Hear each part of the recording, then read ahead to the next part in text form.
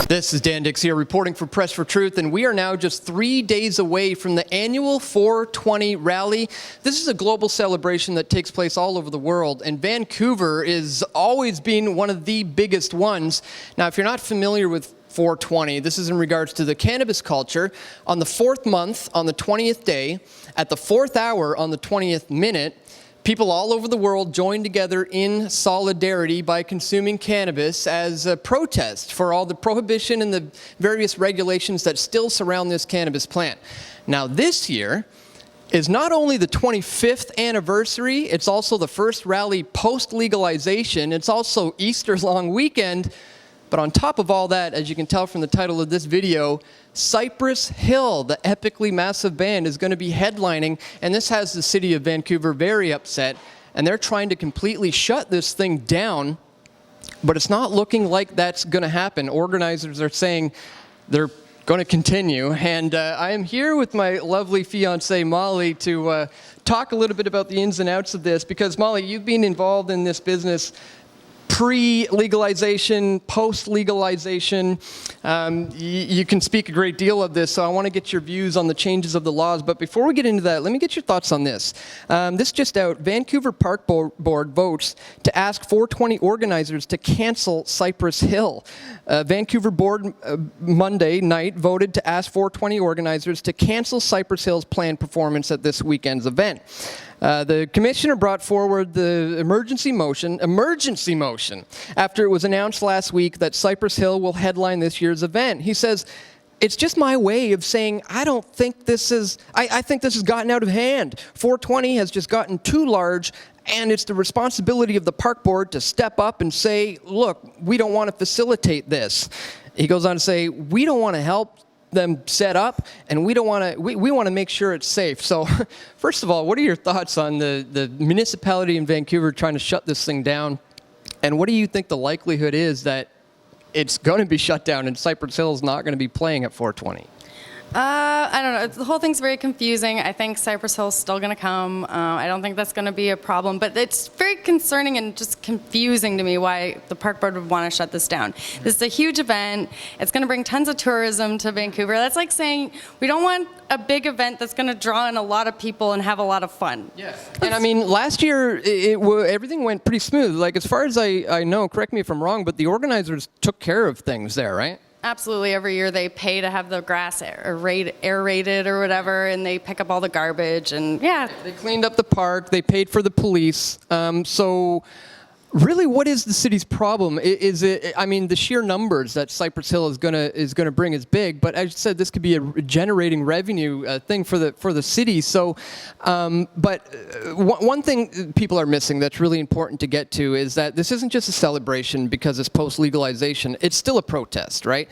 What would you say is one of the biggest things people ought to be protesting in 3 days at 420? Well, I think the main thing is the monopolization of the entire industry by the government. So this really, in my opinion, should just be decriminalized and treated like a fruit or a vegetable. You grow it, you consume it. There's danger in everything. If I eat too many carrots, I can really hurt myself. So, well, how is it being monopolized? Because, I mean, you work in a dispensary and you have people coming in with misconceptions. They think they can smoke it anywhere. They think they can buy it anywhere. What are some of the major misconceptions you get still to this day, a couple of months post-legalization? The main one is everybody thinks all the stores they go to are already legalized and have been given their license from the government. We're all waiting. Everyone's waiting. There is no... It's not happening fast, and it's not happening fast enough. The other main one is I can smoke it anywhere I want, whenever I want. I think anyone riding the BC ferries is slowly starting to realize that is not the case. And if you're a medicinal, actual, sick person using this to help yourself, a ferry ride's a really long time to be told you can't use your medicine. But wait, I thought private businesses are allowed to be getting in on this. I mean, that's literally what they've been talking about in Ontario, but what are the actual logistics behind that? Because they're not going to be able to be selling private cannabis, right? Is that my understanding is that the private shops are going to be selling the government weed still, right? Absolutely. So it's a farce. It's like saying you can open a store, but you can't sell anything that you create in that store. You have to buy it from us, and you can sell that in there. Yeah. So what are some of the biggest concerns behind the scene? What are some of the things that people want to see change in terms of real legalization? Well, having the government not try to monopolize the whole thing and tell everyone that they're not allowed to partake in the sale or production. So that would be number one, is stop trying to monopolize the whole industry and take it away from people who've been building it the whole entire time. Because without those original people, there wouldn't even be a cannabis industry. So it's kind of funny to tell them, you're criminals because you were doing it before it was legal. Now that the government has legalized, now all those people, somehow it's different for them. It's the same plant. I would just like to see the government just take its chains off everybody and just let people produce, and we'll worry about their main concerns, they say, are keeping out of the hands of kids. Well, storefronts aren't letting children in. So that's, it's a non-problem. It's like saying we can't have liquor stores because people might sell alcohol to children. That doesn't happen. Yeah. The stores don't want to sell to children because it would look bad on them. That would be insane. Yeah, well, I think the numbers at this year's 420 are clearly going to reflect the fact that this is something people want. This is something that municipalities in the city shouldn't be rejecting anymore. And hopefully, Cypress Hill makes it. If you have any questions you'd like to hear asked to Cypress Hill, leave them in the comment section below, because I don't know, there might be a chance I might be able to get in a couple questions. But anyways, we'll wait until next weekend to see what happens. This weekend, rather. It's coming up in 3 days.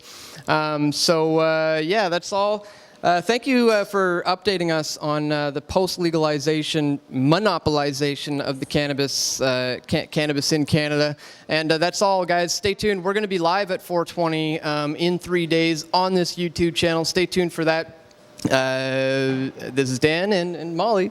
Keep protesting. We're not done fighting. Absolutely. Stay tuned. We'll be back with more videos soon. We all want truth.